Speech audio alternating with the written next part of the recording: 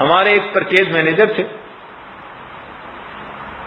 ان کے ہاں اولاد نہیں ہوئی شادی کے 5-6 سال تک۔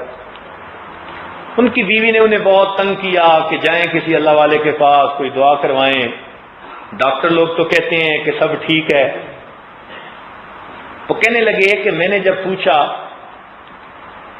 تو مجھے ایک نیک بزرگ لاہور میں تھے، ان کے بارے میں کسی نے بتایا، تو میں ان کو ملنے چلا گیا۔ ان کا ایک خادم تھا، اس نے مجھے بٹھایا اور کہا جی کہ حضرت ابھی آتے ہیں، مصروف ہیں۔ اس دوران جب وہ گھر جانے لگا نا تو کپڑا ہٹا تو میں نے دیکھا کہ وہ بزرگ نفلیں پڑھ رہے تھے۔ تو میں بڑا متاثر ہوا کہ فرض نماز کا وقت تو نہیں، یہ تو کوئی چاشت کا وقت ہوگا، تو یہ کھڑے نفلیں پڑھ رہے ہیں۔ اتنے میں خادم نے آ کر مجھے شربت کا گلاس بھی پلایا، گرمی کا موسم تھا۔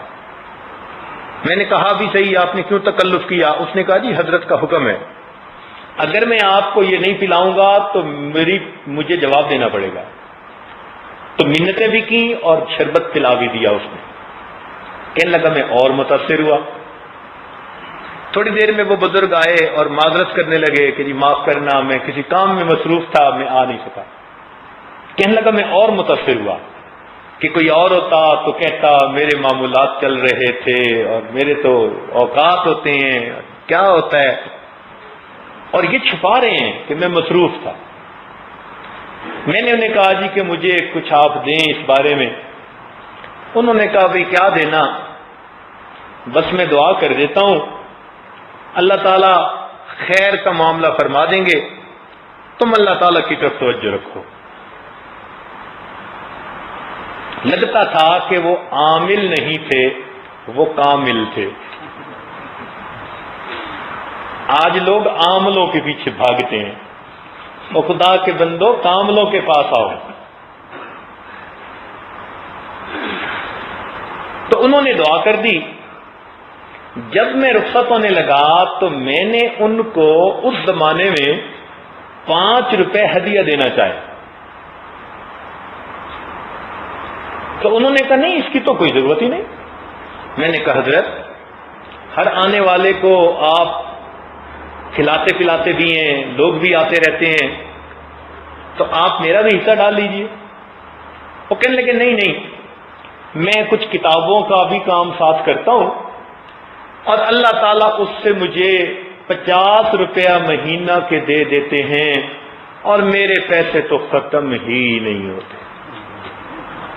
وہ کہنے لگے کہ آج تک وہ منظر میری آنکھوں میں ہے کہ اس اللہ والے نے کیسے کہا کہ میرے 50 روپے ختم ہی نہیں ہوتے۔ یہ برکت ہوتی ہے۔ جنید بغدادی رحمۃ اللہ کا ایک مرید تھا، حضرت میرا حج پہ جانے کا ارادہ، وسائل نہیں ہے،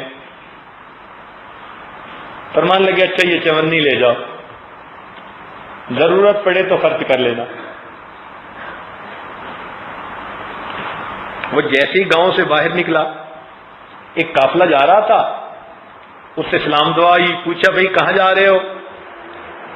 اس نے کہا ارادہ تو میرا حج پہ ہے جانے کا۔ انہوں نے کہا بھئی ہمارا ایک بندہ جانا تھا اور نہیں جا سکا تو سواری خالی ہے، تو آؤ بیٹھ جاؤ اونٹ کے اوپر۔ لو جی سواری بھی مل گئی، وہ کھانے بھی کھلاتے، اس کی خدمت بھی کرتے، اس نے حج بھی کیا۔ جب واپس آنے کا وقت ہوا تو مکہ مکرمہ سے باہر نکلا تو ایک دوسرے قافلے والے مل گئے۔ انہوں نے بھی دیکھ کے پوچھا بھئی کہاں جانا ہے؟ اس نے کہا فلاں جگہ۔ وہ کہنے لگے ہم نے تو اس سے بھی آگے جانا ہے، ہمارے پاس ایک بندہ تھا وہ یہیں رہ گیا، تو سواری خالی ہے، آنے تو بیٹھ جاؤ۔ یہ بیٹھ گیا۔ انہوں نے بھی سارا راستہ اس کی خدمت کی، کھانے کھلائے۔ شاہانہ حج کرنے کے بعد یہ اللہ کا فقیر واپس اپنی بستی میں آیا، حضرت سے ملا اور حضرت کو پوری کارگزاری سنائی۔ حضرت نے فرمایا بھئی کتنا خرچہ ہوا؟ کہنے لگا پورے سفر میں کوئی نہیں، فرمایا میری چونی واپس کر دو۔ ہمارے سلسلہ کے ایک بزرگ تھے حضرت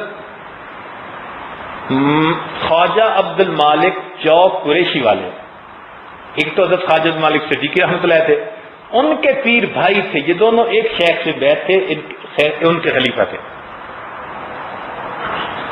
یہ اپنے شیخ کی بکریاں چراتے تھے اور انہوں نے اپنا نام بکڑوال رکھا ہوا تھا۔ اس پہ خوش ہوتے تھے کہ بس میں شیخ کی بکریاں چراتا ہوں۔ 12 سال بکریاں چرائیں۔ خیر 12 سال کے بعد ان کے شیخ کو خواب میں نبی علیہ السلام کی زیارت ہوئی، حکم فرمایا کہ عبد المالک کو اجازت دو، خلافت دو۔ صبح اٹھے تو ان کو خلافت دے دی۔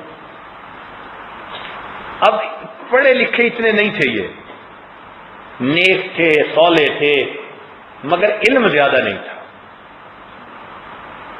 تو انہوں نے دل میں سوچا کہ بھائی حضرت نے تو مجھ پر شفقت فرمائی، میں تو اس کا اہل نہیں، بس میں حضرت ہی کے پاس رہوں گا اور حضرت کی خدمت ہی کروں گا، میں اس دعوت و ارشاد کے قابل کا۔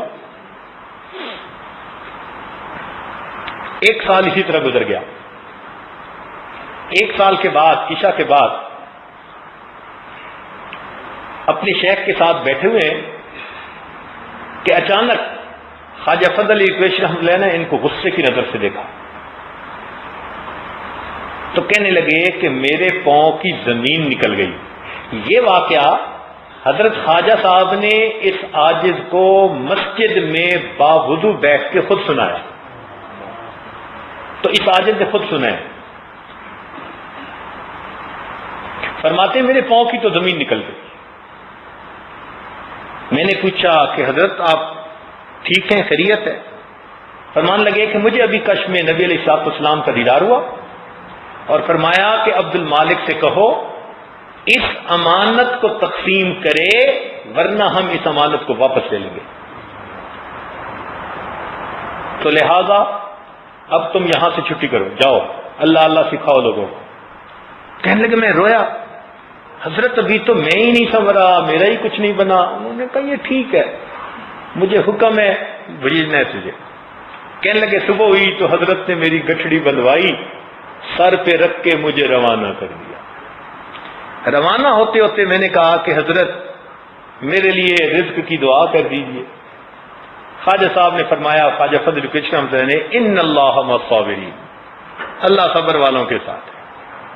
کہنے لگے میں خانقاہ سے نکلا، گھر آیا، والدین بڑے خوش ہو گئے کہ اتنے عرصے بعد جوان بیٹا واپس گھر آیا۔ میں نے وہاں رہنا شروع کر دیا، اب سارا دن خود بھی اللہ اللہ کرتا، لوگوں کو بھی کرواتا، تو گھر میں تنگی، گھر والوں نے شادی بھی کر دی۔ اللہ نے ایسی صابرہ بیوی دی کہ جب گھر کے اندر کوئی فاقہ ہوتا تو وہ مجھے اتنا کہتی کہ کوئی پتے ہی لے آئیں کسی درخت کے۔ فرماتے میں پتے لاتا، میں بھی کھاتا، وہ بھی پتے کھاتی، پانی پی کے ہم گزارا کر لیتے۔ شکوہ اس نے کبھی نہیں کیا، اس لیے کہ وہ میری زندگی میں دیکھتی تھی کہ اتباع سنت اور تقوی 100% موجود ہے، تو وہ میرے ساتھ بڑی مطمئن تھی میری بیوی۔ اسی حال میں ہم زندگی گزار رہے تھے۔ اللہ کا کرنا کیا ہوا، ہمارے قریب کے گاؤں کا ایک آدمی حضرت خواجہ فضل علی قریشی رحمۃ اللہ علیہ کی خانقاہ پہ کچھ دن ٹھہرا ہوا تھا، اس نے گھر واپس آنے کی اجازت مانگی، تو حضرت خواجہ فضل علی قریشی رحمۃ اللہ علیہ نے ایک 20 کلو کا گٹو، بوری چھوٹی گندم کی، وہ اسے دی اور ساتھ ایک رکہ بھی دیا اور فرمایا کہ عبد المالک کو دے دینا کہ یہ ان کی لنگر کے لیے ہے اور یہ رکہ بھی دے دینا۔ اس نے کہا بہت اچھا۔ کہنے لگے گرمیوں کی دوپہر میں گھر میں تھا، اچانک دروازہ کھٹکھٹایا، باہر نکلا تو مجھے پیر بھائی ملا، پسینے میں شراب اور سر پہ بوری رکھی ہوئی۔ میں نے کہا خیر ہے؟ اس نے کہا کہ خانقاہ سے آ رہا ہوں اور میں سمجھا کہ خانقاہ جا رہا ہوں، الٹ سمجھا۔ میں نے کہا دوپہر یہیں ٹھہر جاؤ، اس نے کہا بہت اچھا۔ میں نے اسے ٹھہرایا، اب میں گھر آیا، بیوی کو کہا کہ میرا ایک پیر بھائی مہمان ٹھہرا ہے اور وہ حضرت کی خانقاہ پہ جا رہا، تو اسے کچھ کھانا۔ اس نے کہا گھر میں تو کچھ نہیں۔ بہت سمجھدار بیوی تھی۔ اس کو جب میں نے بتایا کہ اس نے سر پہ بوری بھی رکھی ہوئی تھی اور لگتا ہے کہ خانقاہ کے لیے کچھ لے کے جا رہا ہوگا، تو بیوی کہنے لگی کہ آپ ایسا کریں کہ ان سے اجازت لے لیں کہ اگر اجازت دیں تو ہم اسی گندم کو پیس کے ان کے لیے روٹی بنا دیں۔ میں آیا اور میں نے آ کے اس کو کہا جی کہ آپ کی روٹی اسی گندم پہ نہ بنا دیں۔ اس نے کہا بنا دیں۔ وہ اپنی طرف سے سمجھ رہا ہے کہ دینی تو اس کو ہے ہی صحیح، تو یہ برکت کے لیے اسی کی روٹی مجھے بھی کھلانا چاہتا ہے۔ کہنے لگے میں نے گندم لی، میری بیوی نے گھر کے اندر جو گندم پیسنے کی چھوٹی سی ایک چکی تھی اس پر پیسی اور اچھی طرح صاف کر کے پورا آٹا پکا کے روٹیاں مہمان کے سامنے رکھ دی۔ پھر اس کو ہم نے سلا دیا۔ جب وہ سو کے اٹھا تو اس نے مجھے رکا دیا۔ میں نے کہا یہ کیا؟ وہ کہنے لگا جی کہ حضرت نے یہ آپ کے لیے دیا ہے۔ تب پتہ چلا کہ وہ جو گندم تھی وہ حضرت نے ہمارے لنگر کے لیے بھیجی تھی اور ہمیں خود کھانے کو ملتا نہیں تھا، اور حضرت لنگر کے لیے گندم بھیج رہے ہیں۔ کہنے لگے خیر وہ تو چلا گیا۔ رکا کھول کے پڑھا تو رکے میں لکھا ہوا تھا کہ عبد المالک ایک بند جگہ پر اس گندم کو ڈال دو، رک بھی ساتھ ہی ڈال دینا،